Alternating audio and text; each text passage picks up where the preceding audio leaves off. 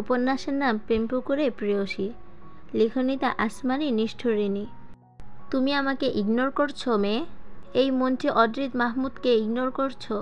তোমার সাহস দেখে অবাক হচ্ছি আমি। কোনো প্রকার ভাবান্তর হলো না নাহারের। নিজ কাজে মগ্ন থাকলো সে। কাজটা আহামরি কিছু নয়, ফোনে বন্ধুবান্ধবের সাথে চ্যাটিং করছে।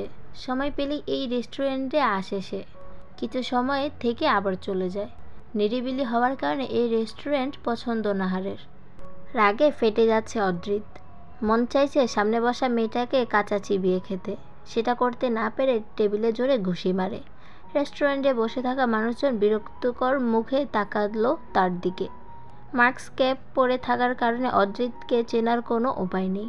বিরক্তিতে সূচক উচ্চারণ করলো নাহার। ফোনটা লক করে চোখ ছোট ছোট করে তাকালো অদ্রিতের দিকে। এরপর বলল, কিছু বলছিলেন মিস্টার মাহমুদ? রাগের মাত্রা আকাশ পর্যন্ত পৌঁছালো অদ্রিতের। নিচু গলা কিন্তু দাঁত চেপে চেপে রাগ মিশ্রিত কণ্ঠে বলল, আমি কি বললাম তুমি শুনতে পাওনি? নাহা উত্তর না দিয়ে মুখ ঘুরিয়ে ওয়েটারকে ডাকলো, 1 কাপ কফি প্লিজ। ওয়েটার চলে গেলে নাহার এবার ভালো করে তাকায় অদ্রিতের দিকে। অদ্রিতের চোখ দুটো শুধু দেখা যাচ্ছে, তাতেও বোঝা যাচ্ছে কি পরিমাণ রেগে আছে সে। কিন্তু নাহারে তাতে কিছু যায় আসে বলে মনে হলো না। কফি এলে তাতে চুমুক দিতে দিতে বলল, আপনি বললেন আমি আপনাকে ইগনোর করছি। আপনার সাথে তো আমার জানা মতে এমন কোনো সম্পর্ক নেই যার জন্য আপনার সাথে আমাকে চিপকে থাকতে হবে। তাহলে ইগনোর করা কথাটা এলো কিভাবে? সরি, আপনার জন্য কফি অর্ডার দিতে পারলাম না, কারণ আপনি না খেয়েই উঠে যাবেন। আর আমি কোনো বড়লোক বাপের মেয়ে নই। সত্যি সত্যি অদ্রিত আর এক মুহূর্ত থাকলো না। রাগে গজগজ করতে করতে উঠে চলে গেল। অদ্রিতের যাওয়ার পানে তাকিয়ে নাহার নিজ মনে বলে উঠল, আপনি অন্য মেয়েদের ক্রাশ হতে পারেন মিস্টার মাহমুদ, কিন্তু এই নাহারের নয়। একের পর এক পাঞ্চিং ব্যাগে পাঞ্চ করছে অদ্রিত, রাগ কমছেই না তার। একজন মন্ত্রী হয়ে বেহায়ার মতো সে নাহারের পিছে ঘুরছে, অথচ এই মেয়ে তাকে পাত্তাই দিচ্ছে না। আরজু এসে কোনো মতে থামায় তাকে। ভাই, কি করছেন এসব?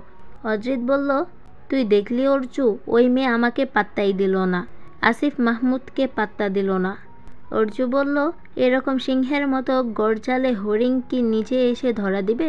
বিড়বিড় করে বলল অর্জু। তবে অদ্রিতের কান অবধি ঠিকই পৌঁছালো। বুড়ো কুচকে তাকালো অদ্রিত। কিছু না বলার ভান করলো অর্জু। অদ্রিত বলল, তুই কি বলতে চাচ্ছিস? আমি ওর সামনে বিড়ালের মতো মিয়াও মিয়াও করব? হ্যাঁ সূচক মাথা নাড়ায় অর্জু। চোখ শুরু করে অর্জুকে দেখে অদ্রিত। অর্জু চলে যায়। অদ্রিত ভাবে মেয়েটার মায়ায় সে কিভাবে পড়েছিল। নাহার মোটেও অন্য 5টা মেয়ের মতো নয়। যেখানে কিনা মন্ত্রী অদ্রিত মাহমুদ বলতে পাগল মেয়েরা, সেখানে নাহার নামক মেয়েটা তাকে সহই করতে পারে না। পরন্ত এক বিকেলে ফুটপাতে শিশুদের খাবার খাওয়াতে দেখেছিল নাহারকে। পরনে ছিল সাদা শাড়ি। খোঁজখবর নিয়ে জানতে পারল সেদিন নাহারের মায়ের মৃত্যুবার্ষিকী ছিল। মেয়েটাকে মুগ্ধ হয়ে দেখছিল অদ্রিত। ধীরে ধীরে ভালোবাসা জন্মায় মেয়েটার প্রতি। মধ্যবিত্ত ঘরের মেয়ে নাহার। টিউশনি করে নিজের এবং পরিবারের খরচ চালায়। চাকরির জন্য অনেক জায়গায় ইন্টারভিউ দিচ্ছে। পরিবারে দাদা দাদি আর ছোট ভাই সিনু। মা মারা গিয়েছে তাকে জন্ম দেওয়ার সময়। বাবার খোঁজ জানে না সে, এমনকি কোনোদিন দেখেও নি। দাদা দাদি থেকে শুনেছে নাহারের জন্মের সময় তার মা মারা যাওয়ার কারণে তার বাবা তাকে না দেখেই চলে গেছে। কোথায় গেছে কেউ জানে না। স্ত্রীকে ভীষণ ভালোবাসতেন তিনি। কোনোদিন আর তাদের কাছে ফিরে আসেননি। নাহার কোনোদিন দাদা দাদির কাছে জানতেও চায়নি বাবার বিষয়ে।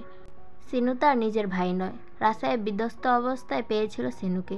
তখন সিনুর বয়স ছিল 2 আর এখন 9। স্কুল থেকে নিতে এসেছে সিনুকে। মন্ত্রীকে নিচের দিকে আসতে দেখে বিরক্তিতে চোখ কুচকালো সে। অদ্রিতকে দেখে চেনার উপায় নেই, তারপরও নাহার ঠিকই চিনল। রিকশাওয়ালার জন্য দাঁড়িয়ে আছে নাহার। অদ্রিত বলল, শোনো মেয়ে।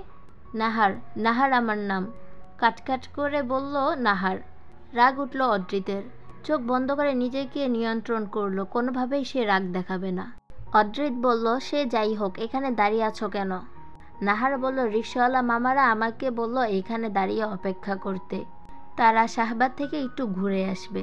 আজকাল দেখি মন্ত্রীরা রাস্তায় এসে পচারীদের এসব জিজ্ঞাসা করে। মুখ বাঁকিয়ে বলল নাহার। একবারও তাকালো না অদ্রিতের দিকে। অদ্রিত বলল, সোজা কথা সোজা উত্তর দিতে পারো না মেয়ে? নাহার বলল, বাঁকা উত্তর দিলাম বুঝি?